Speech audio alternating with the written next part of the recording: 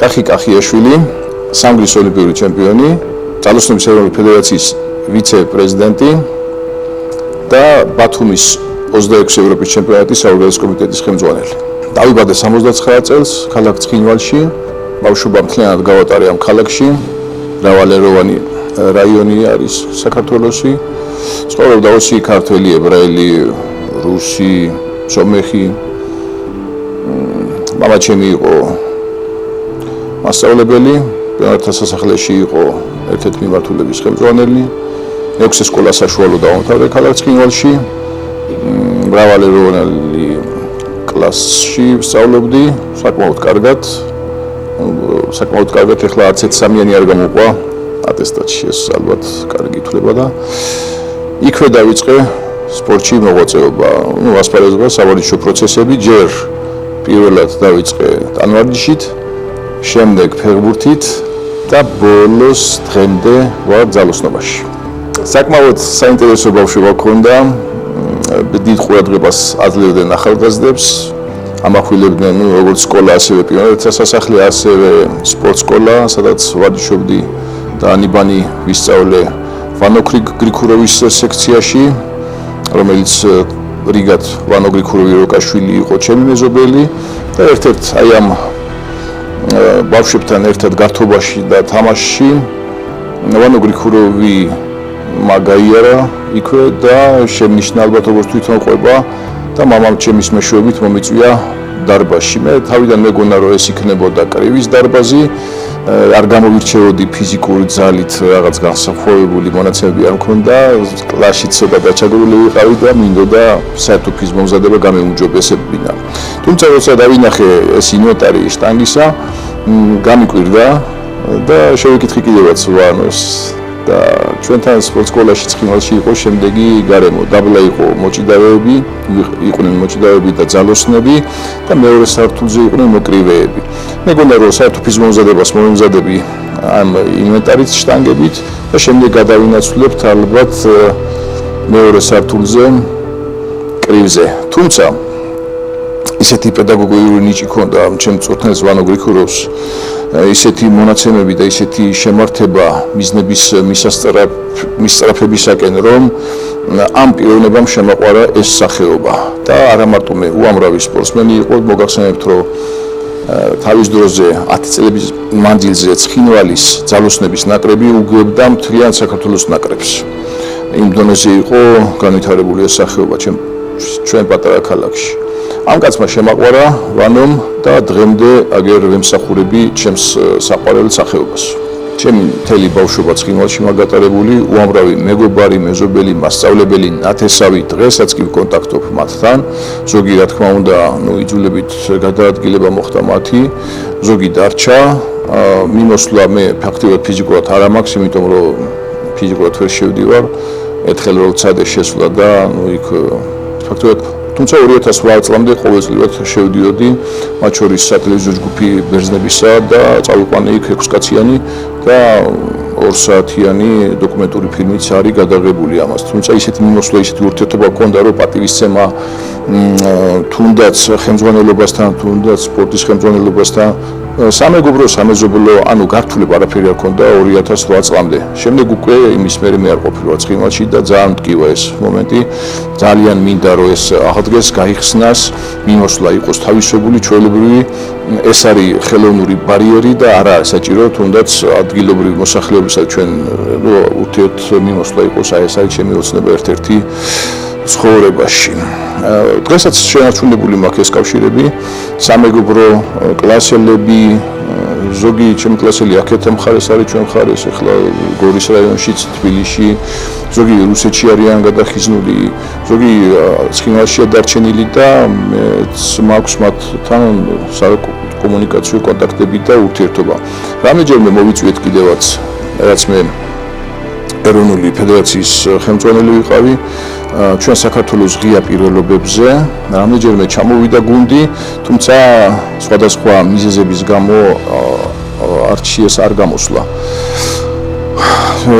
ინვენტარითაც ვეხმარებოდი თავის დროზე ჩვენს კოლეგებს ცხინვალში სპორტ სკოლაში მორალითაც ვეხმარებოდით ინფორმაციითაც ახლაც ვიზიარებთ ამ მონაცემებს და სხვათა შორის ყოველთვის როცა ვხვდებით ხოლმე, თუნდაც აი პოლონეთში ვხვდებით ხოლმე, მოსკოვში იყო ჩვენი შეხვედრები, ქალაქ თბილისში იყო შეხვედრები, ურთიერთპატივისცემით, ურთიერთ პროფესიონალიზმით, ინფორმაციების გაცვლით და მეგობრული ურთიერთობა გქონდა ყოველთვის.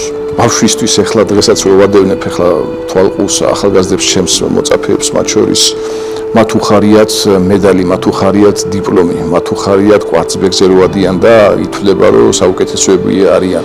ასე ვიყავი ალბათ და მეც და თითოეული მოზარდი ბავშვიც ალბათ ამ ფსიქოლოგიურ განცდებშია, ემოციურ განცდებშია და სიხარული უფლებათ. მეც ასე ვიყავი, რა თქმა უნდა, პირველი ჩემი მედალი არ მავიწყდება, რომელიც ჩამომკიდეს კერძე, ეს იყო განთიადის სპორტ სკოლაში, პარკში, ცხინვალში. პირველი დიპლომები არ მავიწყდება, პირველი მასწავლებლები, რა თქმა უნდა, როგორც სკოლაში, ასევე სპორტის დარბაზში. შემდეგ უკვე პირველი საბჭოთა კავშირის მედლები, შემდეგ უკვე საერთაშორისო ასპარეზობა და შემდეგ ოლიმპიური თამაშების მედლები. აი ეს მედლები ყოველთვის მინდა რომ დღესაც კი აი ისეთი განცდა მაქვს, რომ სულ კერძე მე კიდოს როგორც ვთქვათ, მიამაყება და მიხარია ხოლმე.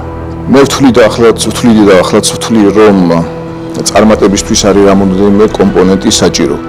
ეს არის აუცილებლად და გარდაუვალი მასწავლებელი, რომელიც გასწავლის პირველ ილეთებს, პირველ ტექნიკას, ფსიქოლოგიას, პირველ მეთოდიკებს, პირველ ჩანაწერები გვაქვს ხოლმე დღიურებში, ფსიქოლოგიც აუცილებლად უნდა იყოს და ეს არის მწვრთნელი პირველ რიგში, მეორე რიგში ეს ალბათ არის ოჯახური პირობები და ოჯახის ოჯახი თლიანად და მშობლები.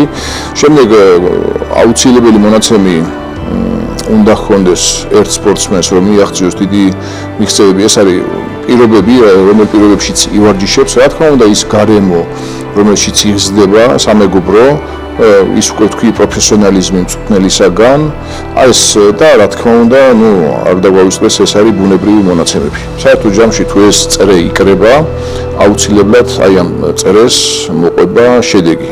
ნებისმიერი მონაცემები, რაც მე ახლა ჩამოვთვალე, თუ ექნება ერთ სპორტსმენს, აუცილებლად ექნება შედეგი. თუმცა პირველი და ჩემპიონი ხდება მხოლოდ ერთი. ყველა დანარჩენი ითვლება წაგებული. ამიტომ აი ამ ჩემპიონს იმის მიღმა, რაც უნდა ქონდეს ყველა ეს მონაცემი, რაც კი ჩამოთვლილი მაქვს აქამდე ის, უნდა ქონდეს კიდე ძალიან დიდი მისწრაფება, ძალიან დიდი ნებისყოფა, თავდაუზოგაობა და ასევე რომელიღაცა მომენტში ალბათ სპორტული იღბალიც. აი ეს განაპირობებს საერთო ჯამში ჩემპიონობას. ბარსელონა სამწუხაროდ, ალბათ სამწუხაროდ, ჩემთვის რაღაც მომენტში საბედნიეროთაც, მაგრამ რიგ სპორტსმენებისთვის სამწუხაროდ, ჩვენ 90 წლიანებში დაუწერო კანონის ფარგლებში, ქონდა აკრძალვა, მოვიღო მონაწილეობა საერთაშორისო არენაზე, თუნდაც საბჭოთა კავშირის დროშის ქვეშ და თუნდაც ცოტა მოგვიანებით ეს გრძელდებოდა სადღაც 1 წლის განმავლობაში. ზუსტად ის პერიოდი დაემთხვა, როდესაც მე და ყველა იმ სპორტსმენს, რომელიც იასპარეზა ბარსელონის ოლიმპიურ თამაშებზე, უნდა მოეპოვა ლიცენზიები. ლიცენზიის მოპოვება ჩვენთან ხდებოდა შემდეგ პრინციპებით. უნდა მოგეგოს აბსოლუტურად სულ ყველა შეჯიბრი ბარსელონის ოლიმპიურ თამაშებამდე უნდა მოხვედრილიყავი ნაკრების გუნდში, ჩაგეტარებინა მაღალ დონეზე შეკრება, კარგ ფორმით უნდა დაგემტკიცებინა უშუალოდ შეკრებაზე და შემდეგ მხოლოდ ხდებოდი ეროვნულ ნაკრებში. მაშინ იყო გაერთიანებული ქვეყნების გაერთიანებული გუნდი. SNG ერქვა ერქვა ხართულად SNG რუსულად ხო. აი ამ თუმცა უშუალოდ ბარსელონაში ყველა სპორტსმენს, რომელ რეგიონს და რესპუბლიკას წარმოადგენდა, ჰქონდა უფლება თავისი ეროვნული დროშის აღმართისა.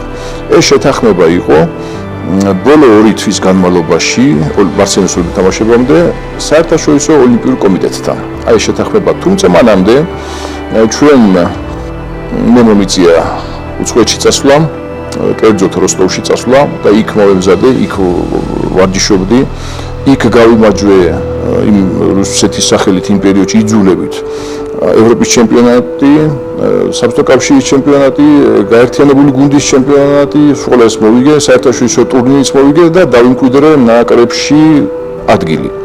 ეს არ იყო საკმარისი. ჩემი უკვე იქაც უნდა გაგემაგრებინა თავის პოზიციები. ეს ყველაფერი გადავლახეთ ვანოსთან ერთად და წავდექით ბარსელონის ოლიმპიურ თამაშებზე. რო შევედით ამ აკრედიტაცია რო გავიარე, ამ აკრედიტაციას ეწერა ჩემთვის გასაკვირველი იყო, მაგრამ მე უკვე დავატრიალე რატო ეწერა რუსეთი ჩემს აკრედიტაციას. ბოლო ევროპის ჩემპიონატი მე რუსეთის სახელით გამოვედი 1992 წელს გასაფხულს და ალბათ ავტომატურად შევსებადი იყო ეს არ ვიცი და ეს მე გავაპროტესტე რომ რატო არ აწერია საქართველოს, რატო აწერია რუსეთი. იმიტომ რომ მიიღეს თუ არა საერთაშორისო ოლიმპიურმა კომიტეტმა წესად რომ ყველა სპორტსმენი ყოფილი საბჭოთა კავშირიდან გამოვიდოდა თავის ეროვნულ დროშის ქვეშ, მაშინ მე გადმოვედი საქართველოში სპორტ სამინისტროში და აკრედიტაცია გავაპროტესტე ეზარ ზენაიშვილთან, კახი ასათიანთან, ელგუჟა ბერიშვილთან, რომელიც წარმოადგენენ მაშინ და ჯანო ბაგრატიანთან. და ესე მიპასუხეს რა, ეს მომენტი, რასაც თქვენ ახლა აპროტესტებთო, ჩვენ მოგვანდეთო რა. ეს ბიუროკრატიული მომენტია, ჩვენ გავასწორებთ ამას, რომ შენ მიხედე შენ სპორტულ მონაცემებს და კარგით მეთქი, ბატონო ჯანოს ვესაუბრე მაშინ. ნუ წავედი დაწყნარებული, შემდეგ უკვე დაიწყო უშუალოდ შეჯიბრის პროცესი და იცით რა, რომ დაგეკვირდათ ადგილი ეროვნულ ნაკრებში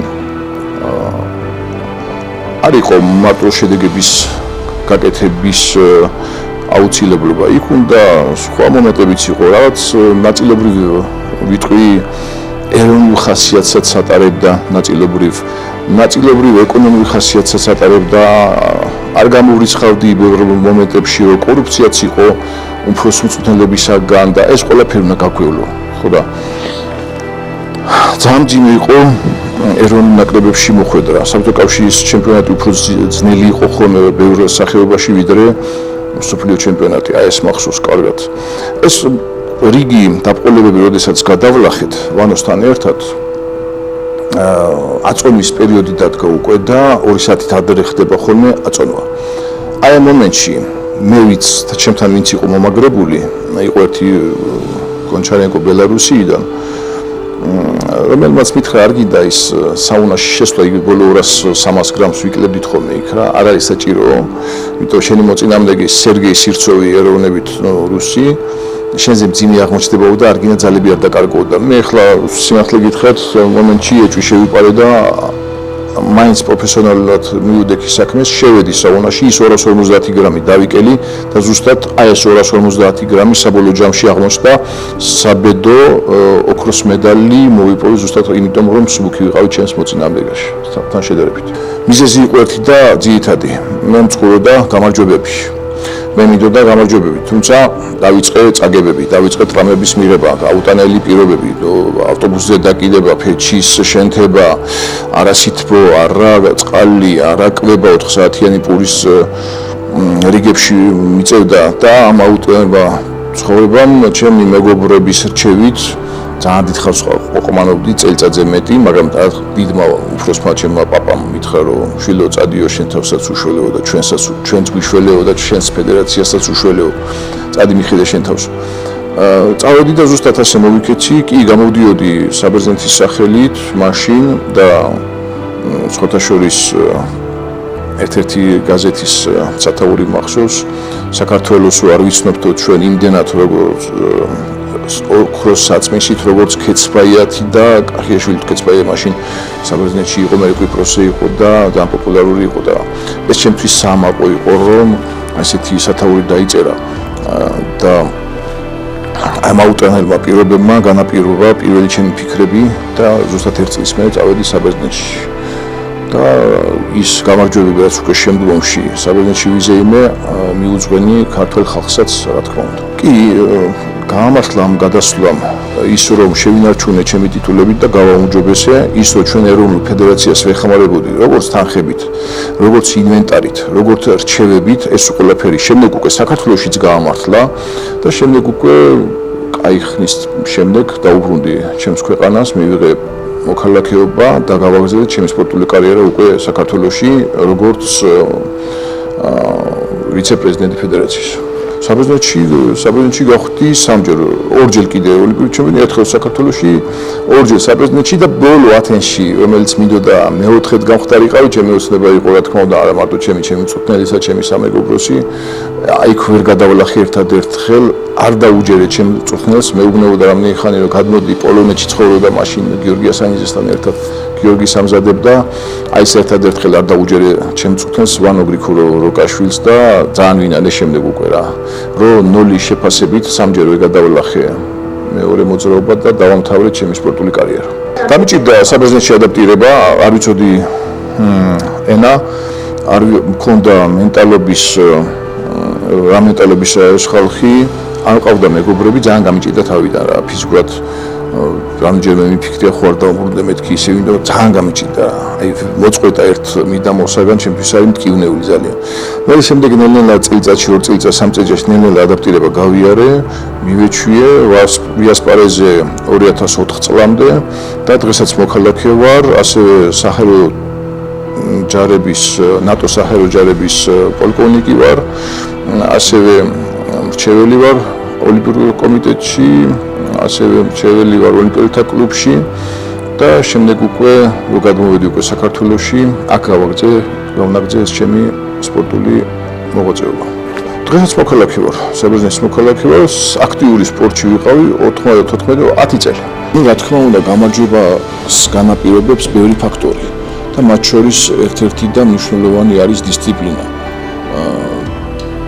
კარგი მწვრთნელი, დიდი ოსტატი, მონაცემები ფიზიკური და ბუნებრივი და ასევე ხელშეწყობა. აი ეს ყველაფერი განაპირობებს, თუმცა ფსიქოლოგიური მომენტი ერთ-ერთი ძირითადია. თუ ბავშვს ან სპორტსმენს მოზარდს ან დიდ სპორტსმენს ემართება ხოლმე განცდები, ეს უკვე ჩვენ ვეძახით გადატვირთვას, ფსიქოლოგიურ გადატვირთვას და ხშირად კრახით მთავრდება ხოლმე. სხვათა შორის მეც მომივიდა მსგავსი რაღაცა, სამჯერ მაქვს მიღებული პატარაზე, დიდზე, საშუალო შეჯიბრებებზე, სამჯერვე დიდი წონა 8-9 კილო დავიკელი და სამჯერვე წავაკი. თუ ფსიქოლოგიურად გრადია, მონაცემები კარგი აქვს, აუცილებლად გაიმარჯვებს. ეს არის წინაპირობა იმისა, რომ ფსიქოლოგიური მონაცემები მქონდეს მაღალ დონეზე ერთ სპორტსმენს. 2015 წელს მე ჩავუდექი, მე და ჩემი თანამოაზროვნეები, გიორგი ასანიძე და ის პირები და პიროვნებები, ვინც ძირითადი ბირთვი იყო ჩვენს ეროვნულ თანამედროვე ფედერაციაში, ფედერაციის სათავეში ჩავუდექით და ჩვენი მიზანი იყო განხეთქილი, დაქუცმაცებული, ვალებში ჩავარდნილი, ადიდობიგ მიმართულებით ჩავარდნილი ჩვენი ფედერაცია გამოუგუებესებინა და გაგვეყვანა არა მარტო მოწესრიგებით საქართველოს არენაზე, არამედ საერთაშორისო არენაზე. სულ რაღაც ერთ წელიწადში ჩვენ ეს მოვახერხეთ, იმიტომ რომ გვამოძრავებდა მისწრაფება, გვამოძრავებდა ცოდნა შიგნიდან ამ სახეობისა, გვამოძრავებდა სიყვარული ამ სპორტის სახეობის მიმართ და სულ რაღაც ერთ წელიწადში გავხდით საუკეთესო ფედერაცია, რომელიც გვაღიარა სპორტის სამინისტრო. ერთ-ერთი ჩვენი მიმართულება იყო, რა თქმა უნდა, ინფრასტრუქტურა და სპორტსმენების შედეგები. ამ სპორტსმენების შედეგებში, რა თქმა უნდა, იყო ის ტალანტები, რომლებიც გამოირჩეოდა თავის დროზე და გვინდოდა უფრო არა მარტო ერთეულები გამხდარიყო, არამედ გუნდურად გამარჯვა მსოფლიო არენაზე. ეს ჩემი ოცნებები, რა თქმა უნდა, ახდა ცოტა მოგვიანებით, როგორც გავხდით მსოფლიო ჩემპიონები, ევროპის ჩემპიონები და შემდეგ უკვე ტოკიოში გავხდით გუნდურად მეორე ადგილი დავიკავეთ, გუნდური პირველად ჩვენს ისტორიაში ძალოსნობისა და შემდეგ უკვე პარიზში გავხდით მსოფლიო ჩემპიონები გუნდურში. რა თქმა უნდა, ერთ-ერთი და ყველაზე მნიშვნელოვანი ალბათ როლი ითამაშა ლაშა ტალახაძემ, ორიენტირება ჰქონდა გიორგის, რომ მისი ტალანტი, მისი მონაცემები, მისი მისწრაფება, ლაშას მისწრაფება გაანეხორციელებინა. მთლიანი მხარდაჭერა ჰქონდა თავის დროზე ლაშას, გიორგის, ეროვნულ ნაკრებს და ჩვენი მოლოდინები გაამართლა როგორც ლაშამ და როგორც რეზიმ, როგორც ირაკლი თურმანიძემ, როგორც უამრავი სხვა გოგონების დავაარსეს ძალოსნობა 16-17 წლებში დავაარსეთ გოგონების და გოგოებშიც ყავდა მსოფლიო ჩემპიონი ანასტასია, პრიზიორები ყავდა, მარიამი, ახალგაზრდა, ანუ ძალიან დიდი წინსვლა ჰქონდა. თუმცა გავიხსენებ ის მომენტს, რომ ჯარიმა იყო გადასახდელი. თუ არა გვირიცხავდნენ საერთაშორისო არენიდან. მაშინ მახსოვს დაგვეხმარა პრემიერ-მინისტრი, დავფარეთ ეს ჯარიმა და იმას შემდეგ დაიწყო ჩვენი აღმასვლა. რაც შეეხება ლაშას. ლაშა რა თქმა უნდა უზარმაზარი ტალანტია, უზარმაზარი სპორტსმენია. სამჯერ გახდა საუკეთესო მსოფლიოში აღიარებული და მე პირადად ვამყარებდი, რომ ლაშა მეოთხე ოლიმპიურ თამაშებზეც იასპარეზებს, მას ჰქონდა ეს პოტენციალი და რომ მოგვევლინება ჩვენ სახეობაში 4-ჯერ ოლიმპიური ჩემპიონი, რომელიც ჯერ არ არსებობს. 3-ჯერ კი არის, 5 კაცი არის დღესაც, მაგრამ 4-ჯერ არც ერთი არ იყო და ჩემი ოცნება იყო, გიას ოცნება იყო, რომ ლაშა ყოფილიყო მეოთხე. ამის მონაცემები ჰქონდა ლაშას, ბევრი საუბრები ჰქონდა მასთან. ერთ პერიოდში დაგვეთანხმდა კიდევაც და ძალიან გაგვახარა ამითი, ეს მოხდა წინა წლის უბრალოდ 24 წლის ამოწურულს, რო გითხრა რომ მე ჯერ სპორტსმენი ვარ და გავაგრძელებო და ჩემს სიხარულს საზღვარი არ ქონდა. შემდეგ მოხდა ისე, რომ ის წავიდა პოლიტიკაში, გახდა დეპუტატი. რაც არ უნდა გააკეთოს ადამიანმა, კერძოდ ლაშა, მოდით რა, ნუ გავსჭით. ვისაუბროთ ხოლმე შემდეგ იმ შედეგებზე, რასაც მოიტანს, რასაც დადებს ეს თუ ის პიროვნება. მე პირადად მინდოდა ლაშა ყოფილიყო და შეგვინარჩუნება როგორც სპორტსმენი, ხედავდით ამის პოტენციალს, თუმცა მან აირჩია სხვა გზა, ის რა უკან ჩვენ გამოვლილი გვაქვს ერთადერთი გზა. ის გზა რაც გავიარეთ. წინ არის უამრავი ბილიკი, რომლის არჩევანიც გვინდა რომ გავაკეთოთ და თუ ყავს სწორი მეგობრები და სწორი შემოთავაზებები და რჩევები, მაშინ იქნები ბევრად უფრო ძლიერი. ნუ ლაშამ გააკეთა ეს არჩევანი, მე მინდა მას პოლიტიკაშიც გზადაულოცო, შედეგიანი ყოფილიყოს, მისი ასევე ტალანტი ადამიანია და შეიძლება პოლიტიკაშიც გამოადგეს ჩვენს ქვეყანას, თუმცა მე მიმაჩნია, რომ ის არის დიდი სპორტსმენი და უნდა იყოს სპორტში. თუმცა დღეს კიდევ ფედერაციის ხელმძღვანელია, უზარმაზარი საქმიანობა, რაც გავაკეთეთ მე და ჩემმა გუნდმა, გადავაბარე ლაშას შარშან მარტში. ლაშა გახდა ფედერაციის პრეზიდენტი, მე გამოუცხადე სული მხარა დაჭერა, ჩემი რესურსით, რაც კი გამაჩნია აუცილებლად ხელში დაუდგები, ისევ და ისევ ჩვენი სახეობის საკეთილდღეოდ.